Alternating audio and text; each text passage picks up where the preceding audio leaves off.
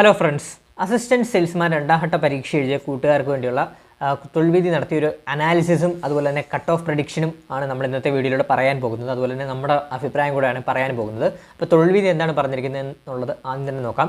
ആദ്യഘട്ടത്തിൻ്റെ തനിയാവർത്തനം. Kerala state civil supplies കോർപ്പറേഷനിൽ assistant salesman തസ്തികയിലേക്ക് August 9 നടന്ന PSC നടത്തിയ രണ്ടാം ഘട്ട പരീക്ഷ ആദ്യഘട്ടത്തിൻ്റെ തനിയാവർത്തനമായി. കഴിഞ്ഞ പരീക്ഷയിലെ ചോദ്യങ്ങൾ പലതും ആവർത്തിക്കുകയോ അനുബന്ധ വിവരങ്ങളായി വരികയോ ചെയ്തു. ഒട്ടേറെ അക്ഷരത്തെറ്റുകളും ചില ചോദ്യങ്ങളിലെ പിശകുകളും പരീക്ഷയുടെ നിറം കെടുത്തി. ഭരണഘടന, കമ്പ്യൂട്ടർ പരിജ്ഞാനം, ഗണിതം, ഇംഗ്ലീഷ് എന്നിവ പൊതുവെ എളുപ്പമായിരുന്നു എന്നാണ് ഉദ്യോഗാർത്ഥികൾ അഭിപ്രായപ്പെട്ടത്. ചരിത്രവും ഭൂമിശാസ്ത്രവും കറണ്ട് അഫയേഴ്സും ഉദ്യോഗാർത്ഥികളെ കാര്യമായി പരീക്ഷിച്ചില്ല. സയൻസ്, സാമ്പത്തിക ശാസ്ത്രം എന്നീ മേഖലകളിലെ ചില ചോദ്യങ്ങൾ കടുപ്പിച്ചു. മലയാള ചോദ്യങ്ങളുടെ രീതി അല്പം മാറിയെങ്കിലും ഉദ്യോഗാർത്ഥികളെ കുഴക്കിയില്ല. മുൻ പരീക്ഷയിൽ നിന്ന് വിഭിന്നമായി സ്റ്റേറ്റ്മെൻറ്റ് രീതിയിലുള്ള ചോദ്യങ്ങൾ ഈ മേഖലയിൽ കൂടുതലായി കടന്നു വന്നു. ഏതാനും വേറിട്ട ചോദ്യങ്ങളും രണ്ടാം ഘട്ട പരീക്ഷയിലെ ശ്രദ്ധേയ ഘടകമായി. അപ്പോൾ തൊഴിൽവിധി പറയുന്ന പ്രതീക്ഷിത കട്ട് ഓഫ് മാർക്ക് എന്ന് പറയുന്നത് 59 മുതൽ 69 വരെയാണ്. തൊഴിൽവിധി പ്രതീക്ഷിക്കുന്ന കട്ട് ഓഫ് മാർക്ക് എത്രയാണ്? 59 മുതൽ 69 വരെ. ചില വേറിട്ട ചോദ്യങ്ങളായിട്ട് തൊഴിൽവിധി പറയുന്നത് ചിനാബസ് എന്ന കൃത്രിമ ദ്വീപുകൾ ഏത് സംസ്കാരമായി ബന്ധപ്പെട്ടതാണ്? സിന്ധു നദിയുടെ കിഴക്കൻ പോഷക നദികൾ ഏതൊക്കെയാണ്? ഭരണഘടനാ നിയമനിർമ്മാണ സഭയിൽ 17 മലയാളി അംഗങ്ങൾ ഉണ്ടായിരുന്നു. ഇതിൽ താഴെ തന്നിരിക്കുന്നവരിൽ ആരാണ് തിരുവിതാംകൂർ പ്രവിശ്യയിൽ നിന്നുള്ള അംഗം? ഒക്കെ വേറൊരു ചോദ്യങ്ങളായിരുന്നു. അപ്പം തൊഴിൽവിധി പ്രതീക്ഷിക്കുന്ന കട്ട് ഓഫ് മാർക്ക് എന്ന് പറയുമ്പോൾ 59 മുതൽ 69 മുതൽ. നമ്മൾ ടെലഗ്രാമിലും യൂട്യൂബിലും പോൾ ഇട്ടിരുന്നു. ആ പോൾ റേഞ്ചും കൂടുതലും 60-നും 70-നും ഇടയിലാണ് കൂടുതൽ വിദ്യാർത്ഥികളും പോൾ ചെയ്തിട്ടുള്ളത്. 70-ന് മേളിൽ ലഭിച്ചവരും ഉണ്ട്. നമ്മൾ കോൺടാക്ട് ചെയ്തപ്പോൾ 70-ന് മുകളിൽ ലഭിച്ച കൂട്ടുകാരും ഉണ്ടെന്നാണ് അറിയാൻ സാധിക്കുന്നത്. അപ്പം എന്തായാലും ഒരു 60 മാർക്ക് നമുക്ക് എങ്ങനെയായാലും സ്കോർ ചെയ്യാൻ സാധിക്കുന്ന ഒരു പരീക്ഷ തന്നെയായിരുന്നു രണ്ടാം ഘട്ട പരീക്ഷ.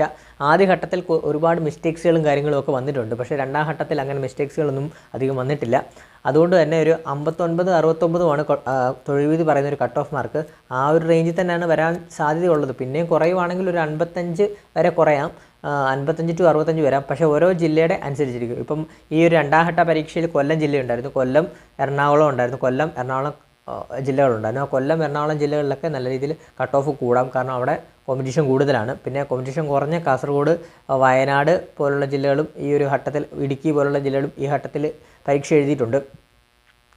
ആ ജില്ലകളിൽ കട്ട് ഓഫ് ഞാൻ പറഞ്ഞ പോലെ 57 58 ഒക്കെ ആയിട്ട് മാറി വരാം. അത് പരീക്ഷ എഴുതുന്നതിനനുസരിച്ചിരിക്കും.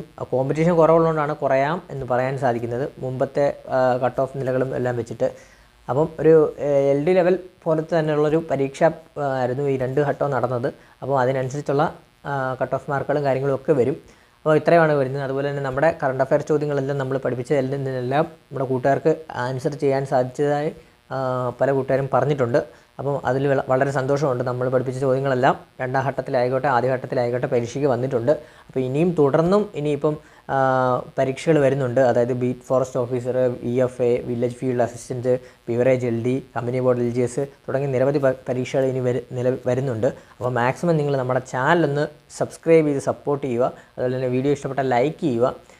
കട്ട് ഓഫുമായിട്ട് ബന്ധപ്പെട്ട് നിങ്ങളുടെ അഭിപ്രായങ്ങൾ നിങ്ങൾ കമൻറ്റ് ബോക്സിൽ രേഖപ്പെടുത്തുക. അതുപോലെ തന്നെ ഇനി നമ്മുടെ ചാനലിൽ വരുന്നത് കറണ്ട് അഫയർ ക്ലാസ്സസും അതുപോലെ തന്നെ PSCയുമായിട്ട് ബന്ധപ്പെട്ട എല്ലാ അപ്ഡേറ്റ്സുകളും നമ്മുടെ ചാനലിൽ വരുന്നതാണ്. അപ്പോൾ ആ അപ്ഡേറ്റ്സുകൾക്കും വേണ്ടി നിങ്ങളൊന്ന് ചാനൽ സബ്സ്ക്രൈബ് ചെയ്ത് തന്നെ വെക്കുക. മാക്സിമം സബ്സ്ക്രൈബ് ചെയ്ത് ബെല്ലൈക്കൺ അമർത്തി തന്നെ വെക്കുക. അപ്പം എന്തെങ്കിലും അപ്ഡേറ്റ് ഉണ്ടെങ്കിൽ ഞാൻ അപ് ടു ഡേറ്റ് ആയിട്ട് നിങ്ങളെ അറിയിക്കുന്നതാണ്. അപ്പോൾ മാക്സിമം ലൈക്ക് ചെയ്ത് സപ്പോർട്ട് ചെയ്യുക.